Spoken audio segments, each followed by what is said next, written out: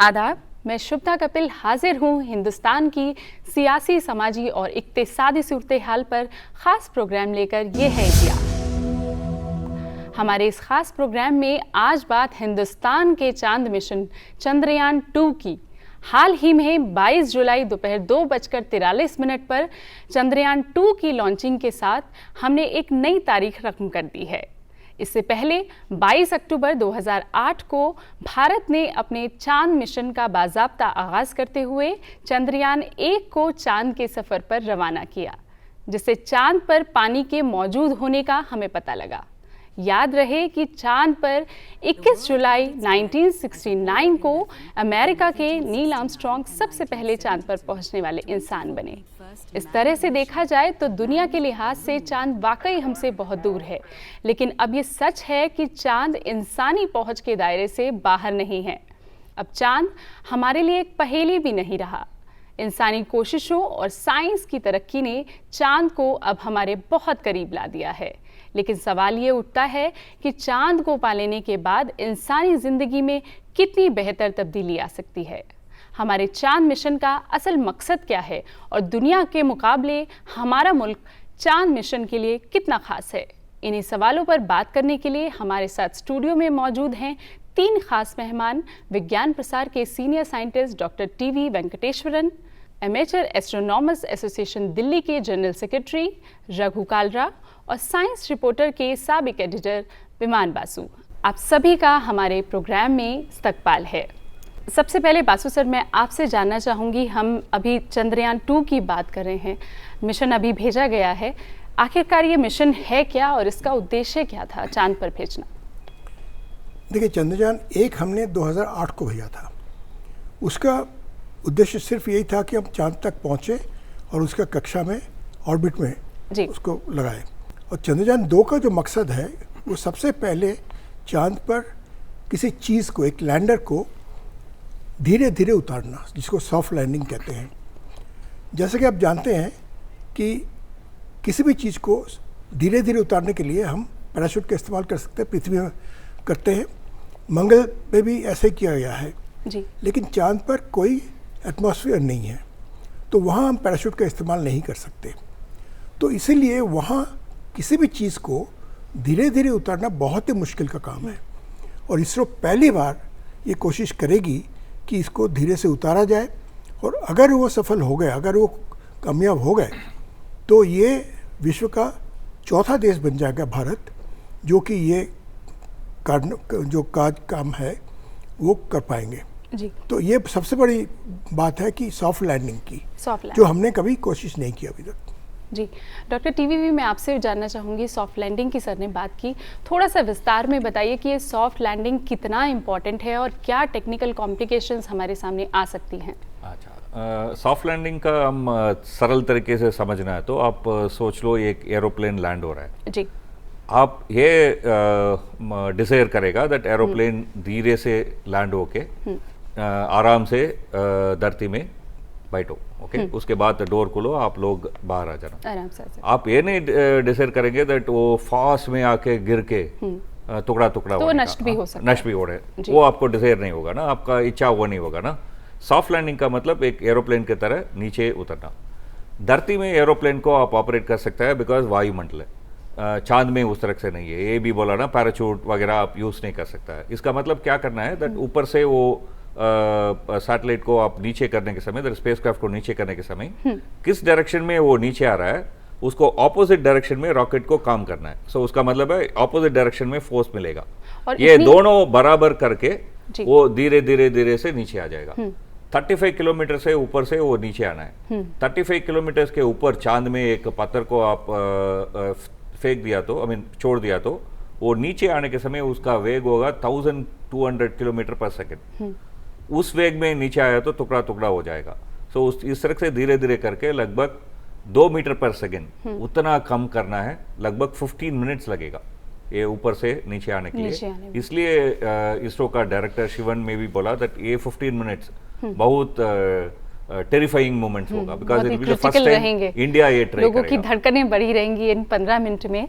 तो रघु कालरा जी, मैं आपसे पूछना चाहूँगी, सॉफ्ट लैंडिंग की हमने अभी बात की, हर कोई बात कर रहा है चांद पर मिशन भेजने की, बहुत सारे मुल्क चांद की ही बातें कर रहे हैं, वहीं पे रिसर्च करनी है, चांद को ही क्यों ऑब्जेक्ट बनाया गया है? ये आप इसके बारे में बताइए थोड़ा सा। बड़ा अच्छा प्रश्न है आपका। चांद तो सबसे पहली बात है कि हमारे से सबसे करीब जो स्पेस में ऑब्जेक्ट है, नेचुरली अकरिंग ऑब्जेक्ट है, चांद है वो। और हम रोज देखते हैं, हर इंसान चांद को एकदम से पहचान सकता है, उसने देखा है। तो एक तो ये सबसे आसान है करना कंपेयर टू अदर बाकी जगहों के। बाकी बहुत ज़रूरी भी है, अगर हमें अपने बारे में जानना है और अपने सोलर सिस्टम के बारे में, अपनी अर्थ के बारे में, तो चांद हमें काफ़ी सारी इन्फॉर्मेशन दे सकता है, जिसकी वजह से चांद becomes the destination to go. Basu sir, आप मुझे बताइए, इससे पहले भी एक मिशन भेजा गया था चंद्रयान 1 2008 में। अब वापस से हम चंद्रयान 2 की बात कर रहे हैं, जो कि पहले से बहुत हैवी रॉकेट है, बाहुबली उसे नाम दिया गया है। तो दोनों मिशंस में क्या फ़र्क है और हम कितना तरक्की के हिसाब से आगे बढ़े हैं? देखिए, चंद्रयान 1 जो भेजा गया था वो PSLV से छोड़ा गया था। जी। PSLV अभी जो छोड़ा गया है GSLV Mark 3, उससे बहुत कमज़ोर रॉकेट है वो। तो उससे हमने चंद्रयान 1 जो भेजा था वो सिर्फ ऑर्बिटर था, उसमें और कुछ काम नहीं था, उतारने की कोई बात नहीं थी। लेकिन उसके मुकाबले में चंद्रयान 2 जो है, इसमें सबसे बड़ी बात जो ऑब्जेक्टिव है इसरो का, वो चांद पर लैंडर को धीरे धीरे उतारना, जैसे डॉक्टर वेंकटेश्वर ने कहा है कि सॉफ्ट लैंडिंग करवाना। Soft landing. क्योंकि अभी तक जो है सिर्फ 3 देश, अमेरिका, रशिया और चीन, 3 देश ही ऐसा कर पाए हैं। और अभी कुछ दिन पहले इसराइल ने कोशिश किया पर वो कामयाब नहीं रहे। तो इसलिए इसरो के लिए बहुत बड़ा चैलेंज है ये कि वो कर पाएंगे या नहीं। हालांकि उनकी तैयारी बहुत अच्छा है, क्योंकि उन्होंने जहाँ इसका टेस्ट किया है वो कर्नाटका में एक जगह है जहाँ की क्रेटर वगैरह है, जैसी जगह पे वो चांद पे उतारने की सोच रहे हैं। क्योंकि एक बात मैं ये कह दूँ कि पहली बार चांद के दक्षिण ध्रुव के एरिया पर, साउथ पोल के इलाके में, यानी पोलर इलाके में किसी मतलब स्पेसक्राफ्ट को उतारने का सोच रहे हैं। पहले किसी ने भी ये कोशिश पहले किसी ने नहीं किया। जितने भी पहले उतारे गए हैं वो इक्वेटर के पास। जी। तो ये भी एक बहुत नई बात है, क्योंकि वैज्ञानिकों को ये मालूम है कि पोलर रीजन्स में पानी होने का पॉसिबिलिटी बहुत ज़्यादा है, क्योंकि वहाँ कुछ क्रेटर्स ऐसे हैं जहाँ धूप नहीं पहुँचता, और धूप नहीं पहुँचने के कारण वो जो टेम्परेचर बहुत लो रहता है, तो वहाँ पानी का बर्फ़ होने का बहुत ज़्यादा चांसेस है। जी। तो उसका कुछ ज़्यादा खोजबीन करने के लिए ही जो है चंद्रयान 2 कोशिश करेगी। क्योंकि एक बार उतरने के बाद जब उसके रोवर जब निकल आएंगे तो रोवर को इसी तरीके से चालू किया जाएगा कि उस जगह पे ज़मीन का वो खोजबीन करे और कुछ नया अगर जानकारी मिले तो हमें भेजे। जी। साउथ पोलर रीजन की हम बात कर रहे हैं सर, तो आप ये बताइए कौन सी ऐसी टेक्निकल कॉम्प्लिकेशंस वहाँ उतरने में आ सकती हैं, और ऐसे कौन से टेक्निकल इंस्ट्रूमेंट्स हमारे रोवर, हमारे लैंडर में हैं जो कि उस जगह, क्योंकि वहाँ पे कहा जाता है वहाँ अंधेरा है और ऐसी जगह पे कोई भी रिसर्च करना बहुत मुश्किल है, और हमने एक डेट निश्चित कर दी है कि 6-7 सितंबर के आसपास हमें उतरना है और अपना काम शुरू करना है। तो क्या चैलेंजेस आ सकते हैं वो थोड़ा बताइए। एक्चुअली ये डेट फिक्स्ड है, सितंबर 7 मॉर्निंग 2 बजे 58 मिनट को वो उधर लैंड होना है। बिकॉज उसी समय उस पॉइंट में, किस पॉइंट हम चूज किया है, उस पॉइंट में चांद में सनराइज होगा, धरती में नहीं, चांद में सनराइज होगा। दैट इज सुबह स्टार्ट होगा। सो लगभग 14 डेज तक अर्थ के मुताबिक 14 डेज तक उधर सन का रोशनी पड़ते ही रहेगा। सो ये 14 डेज ये लैंडर और रोवर विक्रम और प्रज्ञान उसका नाम दिया है, वो काम करेगा। रात होने के समय उधर टेम्परेचर -180 हो जाएगा। सो उसका मतलब है दैट इवन इलेक्ट्रॉनिक्स ब्रिटल होके वो ब्रेक भी हो सकता है। उसका अंदर बैटरीज है ना, वो बैटरीज फ्रीज होके उसके बाद काम करेगा, काम नहीं करेगा हमको पता नहीं है। सो उसका लाइफ टाइम सिर्फ 14 डेज है। सो इसका मतलब है वो समय में उधर लैंड होना बहुत ज़रूरी है। ये प्लेस हम ये क्यों चूज़ किया है, अब पूछा तो 3 कारण है जी। ये कारण है उधर पहले ही बासु साहब बोला है दैट पानी होने का संभावना है, और पहले भी पानी चांद में ट्रेस हम फाउंड आउट किया है, बट एक्चुअल पानी अभी तक कभी नहीं किया है। सो उधर एक्चुअल पानी का खोज करने के लिए हम ट्राई कर रहे हैं। दैट इज उधर मड के अंदर, आई मीन उधर रेत के अंदर पानी का मॉलिक्यूल है नहीं है, वो रोवर और लैंडर टेस्ट करेगा। ये एक सवाल है, एक सवाल को वो आंसर करेगा। दूसरा है हमको ग्राउंड ट्रूथिंग करना है, मतलब that is orbiter, I mean remote sensing के रूप में बोल रहा है इस जगह में आयरन है, नहीं तो एल्यूमिनियम है ना, सिलिका है, उस जगह में सच में है क्या वो ढूंढेगा ये रोवर। सो ग्राउंड ट्रूथिंग करेगा। 3-4 जगह में आप देख लिया उसके हिसाब से करेक्ट है, सो उसका मतलब है दैट रिमोट सेंसिंग को आप बिलीव कर सकता है, ट्रस्ट कर सकता है ना, सो वो ग्राउंड ट्रूथिंग करेगा। तीसरा एक इंपॉर्टेंट चीज है, ये बहुत इंपॉर्टेंट चीज है, चंद्रयान मिशन लॉन्च होने के बाद तुरंत नासा ने एक ट्वीट किया, बहुत अच्छा है, हम आपका मिशन सक्सेस होने के लिए वेट कर रहा हूं, बिकॉज किस जगह में आप लैंड हो रहा है लगभग वही जगह में नेक्स्ट टाइम ह्यूमन को हम भेजने वाली है। henceforth अभी से कोई ह्यूमन को चांद में भेजा तो ये साउथ पोलर रीजन में ही भेजेगा, बिकॉज उधर से ही पानी होने का संभावना ज़्यादा है। फ्यूचर स्पेसपोर्ट कोई दूर प्लैनेट्स को जाने के लिए एक स्पेसपोर्ट बनाना तो उधर ही बनाएगा। तो इन सेंस ये एक बहुत इंपॉर्टेंट प्लेस है from this point of view. जी सर, सर ने बताया बहुत सारे संभावनाएं हमें वहाँ पे मिल सकती हैं, तो अगर ये संभावनाएं या पॉसिबिलिटीज़ हमें मिल पाती हैं वहाँ पे, तो आगे हैबिटेशन की हम कितनी उम्मीद कर सकते हैं या कॉलोनाइजेशन की हम कितनी उम्मीद कर सकते हैं, उसके बारे में बताइए। देखिए, कॉलोनाइजेशन तो बहुत दूर की बात है, क्योंकि पहली बात यह है चांद पर कोई वायुमंडल नहीं है, हाँ। हवा नहीं है, तो वहाँ जीने के लिए हमें हवा चाहिए, पानी चाहिए, बिल्कुल, और खाने के लिए कोई चीज़ चाहिए। अब सारे चीज़ पृथ्वी से लेके नहीं जा सकते, क्योंकि जो चांद में गए हैं 12 लोग वहाँ उतरे हैं, वो पृथ्वी से अपना खाना वगैरह सब कुछ ले गए हैं और ऑक्सीजन सिलेंडर अपने स्पेस सूट के साथ, तो वहाँ कुछ घंटे बिताए हैं, उसके बाद स्पेसक्राफ्ट के अंदर आ गए। तो ऐसा तो संभव है, लेकिन आप कॉलोनाइजेशन की जब बात करेंगे तो वहाँ परमानेंट सिस्टम होना चाहिए, ऑक्सीजन काफ़ी मात्रा में मिलना चाहिए, पानी काफ़ी मात्रा में मिलना चाहिए, और जो फूड ग्रोइंग की बात है, आपको वेजिटेबल ग्रो करना है या क्रॉप्स ग्रो करना है, उसका प्रोविज़न होना चाहिए, वेस्ट डिस्पोजल की बात होनी चाहिए। तो काफ़ी ऐसे बातें हैं जिसके बारे में पहले सोचना ज़रूरत है, पहले हमें कुछ करके देखना है कि संभव है कि नहीं, क्योंकि सिर्फ कॉलोनी सेटअप करने से वो ख़त्म नहीं हो जाता, उसको सस्टेन करने के लिए बहुत सपोर्ट चाहिए, जो कि हम पृथ्वी से पहुंचा नहीं सकते रेगुलरली, वो हमें वहीं मतलब मिलने का प्रबंध करना पड़ेगा, इंतज़ाम करना पड़ेगा। तो ये बहुत बड़ी बात है। तो ये कितना जल्दी हम कर सकते हैं या कोई देश कर सकता है, अभी तक हमें मालूम नहीं है, क्योंकि अभी भी एक्सप्लोरेटरी काम चल रहा है जी। जैसे अमेरिका ने कहा है कि अभी 2024-25 तक वो आदमी भेजेंगे, वो भी कुछ हिस्सों के लिए कुछ खोजबीन करने के लिए कि भाई क्या क्या संभव है, क्या क्या संभव नहीं है जी। क्योंकि अगर रेगुलर सप्लाई का कोई प्रबंध ना हो सके, कोई इंतज़ाम नहीं हो सके, तो वहाँ कॉलोनी सेटअप करना तो बहुत मुश्किल हो जाएगा। तो एज एन हाइपोथेसिस अगर मैं जानना चाहूँ, आप एडिटर रहे हैं, तो धरती पे रहने वाले लोग इस चीज़ को किस तरीके से समझें, या पानी मिल गया है, अब उनको संभावना क्या मिल सकती है? कोई एक आम आदमी अगर सोचे कि भाई हमें ये फ़ायदा होगा पानी मिलने से, या बहुत बेसिक। नहीं, देखिए, धरती पे रहने से हमें जो चाहते हैं मिल जाता है जी। हम पानी, हवा है, हमें चारों तरफ सांस ले सकते हैं, पानी मिलता है ड्रिंकिंग के लिए, एग्रीकल्चर के लिए, क्रॉप ग्रो करने के लिए, कोई भी चीज़ हमें खाने की चीज़ ज़रूरत है हम दुकान से खरीद सकते हैं या ग्रो कर सकते हैं। चांद पे ऐसा संभव नहीं है। भविष्य में भी ये होगा कि नहीं हम नहीं बता सकते, क्योंकि कितनी मात्रा में हम ऑक्सीजन वो पैदा कर सकते हैं।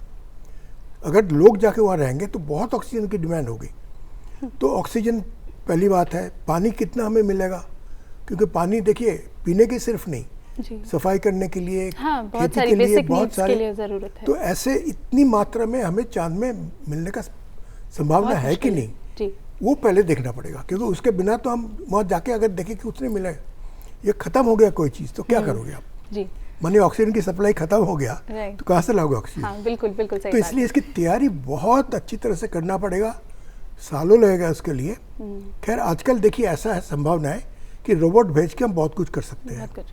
तो ये हो सकता है कि अगले 10-15 साल में जो है रोबोट्स भेजे जाएंगे, वो वहाँ जाके कुछ ऐसे कुछ करेंगे, मतलब अगर तो शेल्टर बनाना है, ऑक्सीजन, देखिए ऑक्सीजन हम पानी से निकाल सकते हैं, उसमें कोई प्रॉब्लम नहीं है। पानी को अगर इलेक्ट्रोलाइज करे, सोलर एनर्जी बहुत ज़्यादा है वो, तो ये सब संभावनाएं तो है, तो इसको कैसे तालमेल एक साथ करके वो बिठाना बहुत ज़रूरी उसको है। बिठाना और इसको एक रेगुलर सप्लाई के हिसाब से मिलने की जो श्योरिटी है बहुत ज़रूरत है, बहुत ज़रूरी है। क्योंकि बीच में अगर कोई चीज़ बंद हो जाए तो हम एकदम झट से मंगवा नहीं सकते कहीं से। इसीलिए ये हमारे जो अनमैन्ड मिशन जिन्हें हम कहते हैं ये बहुत ज़रूरी है। नहीं, ये देखिए जितने भी मिशन, स्पेस मिशन गए हैं, देखिए आपको एक बात बताऊं, जब से स्पेसक्राफ्ट के हमारे शुरुआत हुई है, हमें सौरमंडल के बारे में, जो सोलर सिस्टम उसके बारे में जानकारी बहुत ज़्यादा मिल गया है। हम आजकल हर एक ग्रह के बारे में इतना ज़्यादा जानते हैं जो पहले कभी संभव नहीं था। जी। और चांद के बारे में इसलिए और ज़्यादा हमारे पास मतलब जो क्यूरियोसिटी है, जैसे अभी डॉक्टर सुरता ने कहा कि इसमें जो है इसका जो एनालिसिस करके इसके जो गठन है उसके जानकारी वगैरह हमें मिले तो उससे हमें पृथ्वी का गठन के संबंध में, सोलर सिस्टम के ओरिजिन के सोलर सिस्टम का ओरिजिन काफ़ी कुछ हमें इम्पोर्टेंट मिल बात सकता ये है। है। जी। तो रघु, मैं आपसे पूछना चाहूँगी, आप एस्ट्रोनॉमर सोसाइटी से जुड़े हैं, वहाँ के लोग, वहाँ के एस्ट्रोनॉमर्स कितने एक्साइटेड हैं इस मिशन को लेके? तो एस्ट्रोनॉमर्स सोसाइटी जो हमारी एमेच्योर एस्ट्रोनॉमर्स सोसाइटी है, वो साइंस पॉपुलराइजेशन हमारा एक मेन एम रहता है। जी। तो ऐसी जब भी कोई घटना होती है, जब हम चंद्रयान जैसी कोई भी चीज़ करते हैं, तो एक सेंस ऑफ प्राइड आती है। हर देशवासी को एक लगता है कि ये मेरे देश ने अब चौथा देश बन जाएगा चांद के ऊपर सॉफ्ट लैंडिंग करने का, होपफुली। तो बहुत ज़रूरी है इस प्राइड की फीलिंग से। और ऐसे ही इसके अंदर अब जैसे इस मिशन में 2 औरतें भी इन्वॉल्व हैं जिन्होंने काफ़ी बढ़ चढ़ कर, महिला वैज्ञानिक इन्वॉल्व हैं जिन्होंने बढ़ चढ़ कर इसमें लिया है। तो महिलाओं को बहुत एक एनकरेजमेंट मिलती है साइंस में जाने की। तो ये सारी चीज़ें बहुत ज़रूरी हैं किसी भी एक सोसाइटी को ग्रो करने के लिए। साइंस पॉपुलराइजेशन की ज़रूरत हमेशा रहती है। तो और ऐसे चंद्रयान जैसे मिशन जो हैं उसको आगे बढ़ाने में बहुत मददगार रहते हैं। जी। डॉक्टर टीवीवी, मैं आपसे जानना चाहूँगी, पहले ये मिशन 15 जुलाई को लॉन्च होना था, क्या टेक्निकल डिफॉल्ट्स है जिनकी वजह से मिशन रोका गया और आप इसको किस तरीके से लेते हैं? एक्चुअली ये लॉन्च व्हीकल, या तो आम तौर पर हम रॉकेट करके उसको बोलता हूँ, उसमें 3 स्टेज है। उसका स्टेज 1 सॉलिड फ्यूल है, सो वो पहले से ही फिल करके रखा होगा, सो उसमें कोई प्रॉब्लम नहीं है। सेकंड कोर स्टेज बोलेगा, वो कोर स्टेज लिक्विड फ्यूल है, वो लगभग 1 दिन के पहले वो फ्यूलिंग करेगा। देन उसका 3rd स्टेज है, टॉप में होगा, टॉप में लगभग एक ग्रे कलर में आपको दिखेगा वो रॉकेट देखा तो उसमें कैरोजेनिक फ्यूल फिल करेगा, that will be liquid oxygen, liquid hydrogen. वो दोनों लगभग -180 डिग्री, -240 डिग्रीज में आप फिलअप करना है। वो लॉन्च के लगभग 3 घंटे के पहले फिल करना शुरू करेगा। लॉन्च के 1 घंटे के तक वो फिल करके तैयार करके चेकिंग स्टार्ट होगा। उस समय वो फिल अप करने के समय, दैट वो कैरोजेनिक फ्यूल फिल करने के समय एक निपल जॉइंट करके एक वॉल में थोड़ा लीकेज देख लिया, सो सही टाइम में उसको पकड़ के वो लॉन्च को स्टॉप कर दिया। ये हम सोचना है दैट कोई भी घटना आने के पहले, दुर्घटना आने के पहले प्रेडिक्ट करके हो सकता है, सो इसलिए आप स्टॉप करके ठीक करेंगे करके बोलना भी एक साइंस है। सो ये नहीं है दैट वो फेल्यूर था, एक्चुअली वो सक्सेस था। दैट इस तरह से दुर्घटना होने का संभावना करके पहले ही प्रेडिक्ट करके उसको स्टॉप करना एक एक्चुअली टेक्निकली वेरी इंपॉर्टेंट चीज है रॉकेट साइंस में। बहुत अच्छा रहा कि नहीं उनको तो क्या हो पहले पता जाएगा, लग गया। 1000 करोड़ रुपीस आपको वेस्ट हो सकता है। Right. So it is not something to be laughed at, it's actually something to be proud at. वो इतना good technicians, good scientist, good engineers उसमें हैं, वो इसको डिडक्ट कर सकता था। एक इंपॉर्टेंट चीज है। सर, आप इसमें कुछ ऐड ऑन करना मैं इसलिए कह रहा था कि देखिए इतनी कम टाइम में जो प्रॉब्लम था उसको डिटेक्ट करना और उसको रेक्टिफाई करना बहुत बड़ी बात है। और इतनी जल्दी लॉन्च कर देना वापस। वही तो मैं कह रहा हूँ कि देखिए कॉन्फिडेंस की बात होती है कि इसरो के साइंटिस्ट इतना कॉन्फिडेंट है कि उन्होंने झट उसकी जो प्रॉब्लम है, जो लीकेज की, उसको डिटेक्ट कर लिया और 1 हफ्ते के अंदर उसको सही करके रॉकेट को एकदम उड़ने के लायक बना दिया।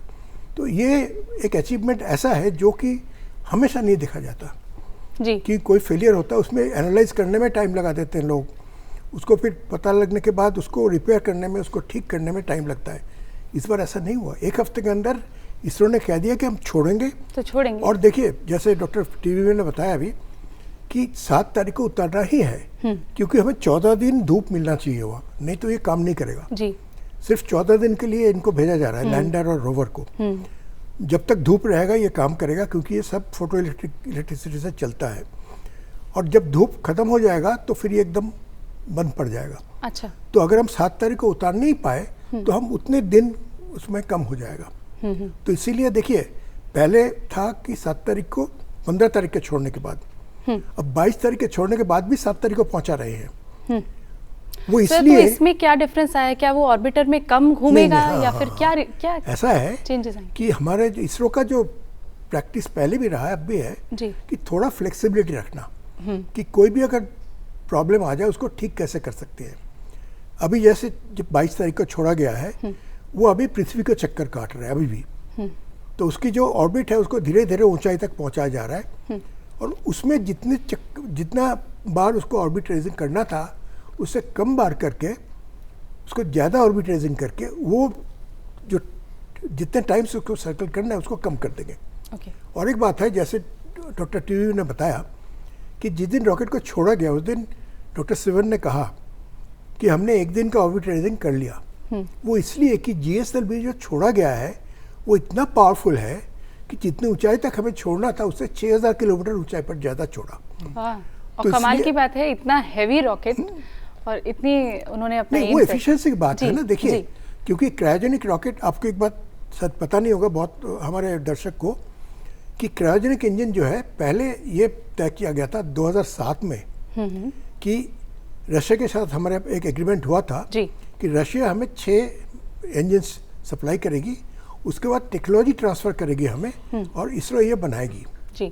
लेकिन अमेरिका ने ऑब्जेक्शन किया कि MTCR जो है उसके हिसाब से आप टेक्नोलॉजी ट्रांसफ़र नहीं कर सकते, तो इसलिए रशिया से और नहीं मतलब आ पाया। इसरो ने अपने ही कोशिश से जो है क्रायोजेनिक इंजन को डेवलप किया, और इसमें जो लगा हुआ जो इस 22 तारीख को छोड़ा गया था, ये सबसे ज़्यादा पावरफुल क्रायोजेनिक रॉकेट है। और कितना अच्छा काम किया वो तो अभी आपको बता ही दिया कि 6000 किलोमीटर ज़्यादा ऊंचाई तक वो ले गया। तो और मुल्कों के लिए सबक लेने की बात है सर, कि एक तो हमने अपना क्रायोजेनिक इंजन बनाया, दूसरा हमने इतने कम समय में उसको वापस छोड़ दिया। तो अब इंटरनेशनल प्लेटफॉर्म्स पे, क्योंकि चांद पे जाने की रेस लगी हुई है, इंटरनेशनल प्लेटफॉर्म पे ये आप चांद मिशन को किस तरीके से देखेंगे?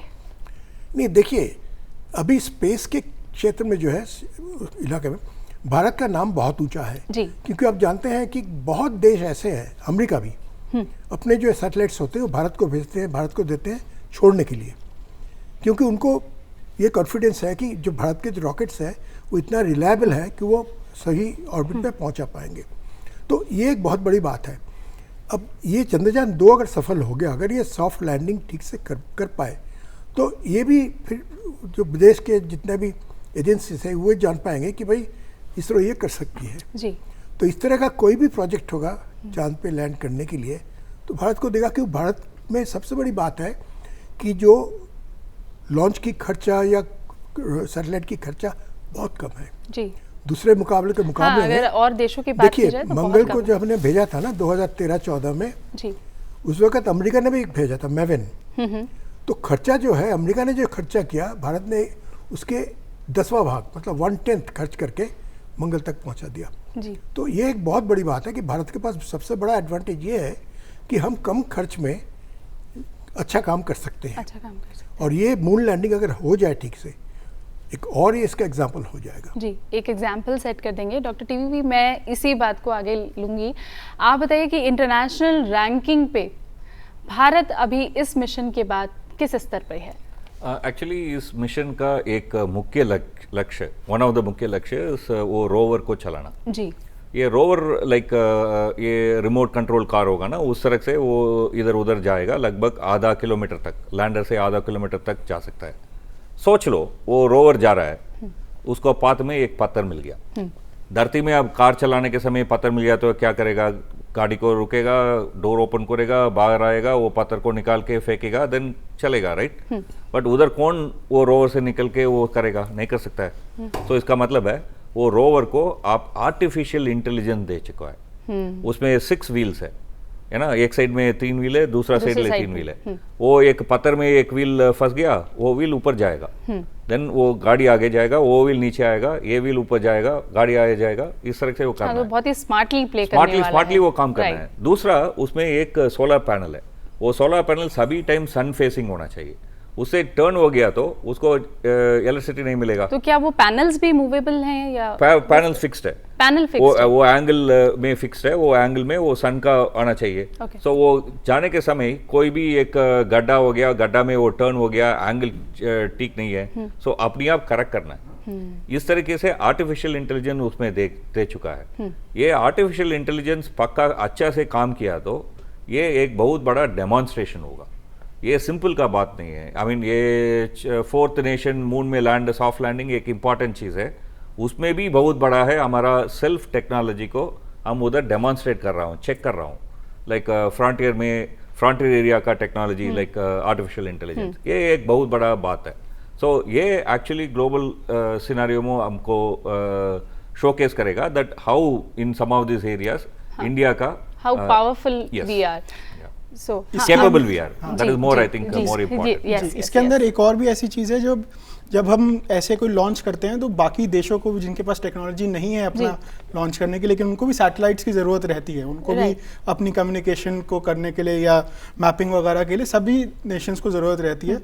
बट जब भारत जैसा देश इतने कम दाम में जब ये ऐसी चीज़ें कर पाता है तो एक इंडिया के लिए भी सोर्स ऑफ इनकम बनता है, दूसरे देशों के थ्रू इनकम आती है उधर से।